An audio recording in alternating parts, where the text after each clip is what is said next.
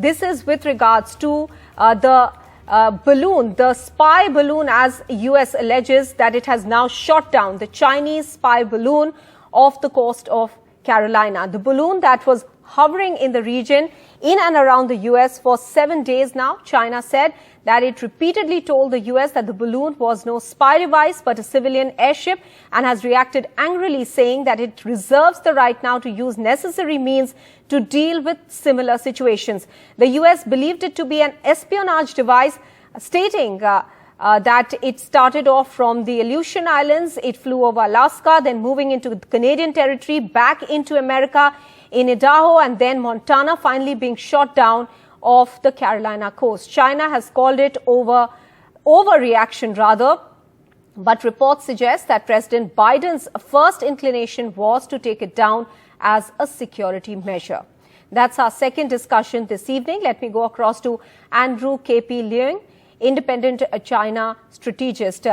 Andrew, the US has taken the step finally after 7 days, shot it down. China has reacted sharply to it. Do you see this as a setback in what was being looked at as a possible move forward in the relationship, with Antony Blinken's visit to China, which has now been postponed over this issue? This is really an unfortunate incident because both sides did want to mend the relations with President Xi reported to be contemplating hosting a dinner for the visiting Secretary of State Blinken. Be that as it may, according to Chinese reports, it's a civilian airship, but now it's been shot down. There is no doubt that the United States would analyze the debris and to release a statement as to what they found.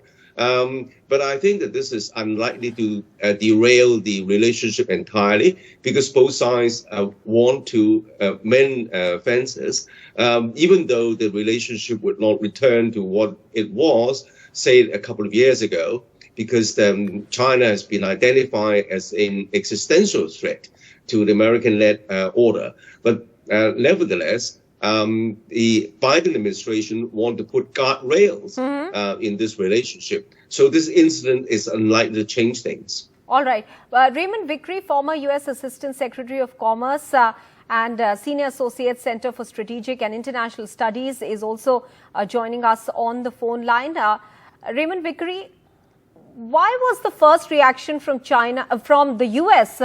To bring down this balloon? Well, thanks for having me. I think that this shows the disconnect in terms of China and the United States. China has once again exhibited its capacity for blundering. The sending of a spy satellite over the United States just before the meeting of Secretary Blinken is a blunder of monumental proportions.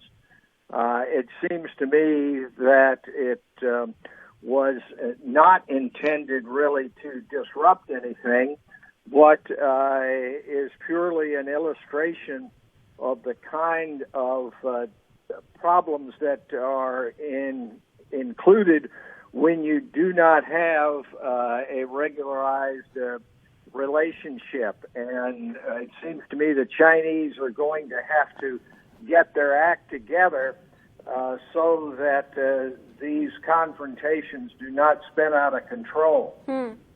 All right. Andrew, China says that it repeatedly told America that this was a civilian airship. But what concrete evidence did it really provide to America so that it is not suspected to be a spy device? Because that's a real concern for any country if there is an object that's hovering around its territory for days. Well, whether it's a meteorological surveillance airship or balloon, or whether it's a military kind of device, would depend on the finding after the analysis of the debris now of the shot down balloon.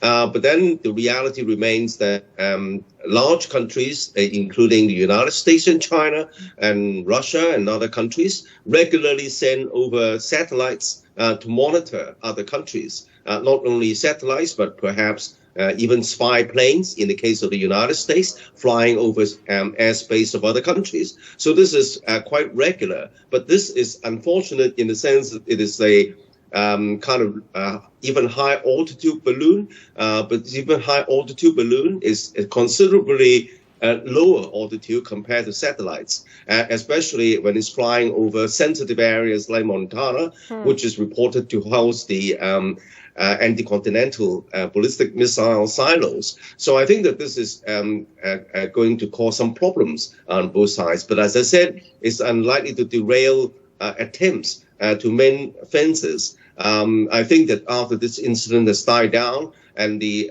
United States completed the analysis of what the debris is, there is a chance that talks may resume maybe in a month or two's time. All right. So you're hoping that the talks might resume, but at the moment, Antony Blinken has said that his visit to China, the proposed visit, has been postponed. So that's the first diplomatic fallout, though, that we've seen. Many thanks, Andrew, KP Liang, and Mr. Vickery for joining us, Raymond Vickery, for joining us here on the show.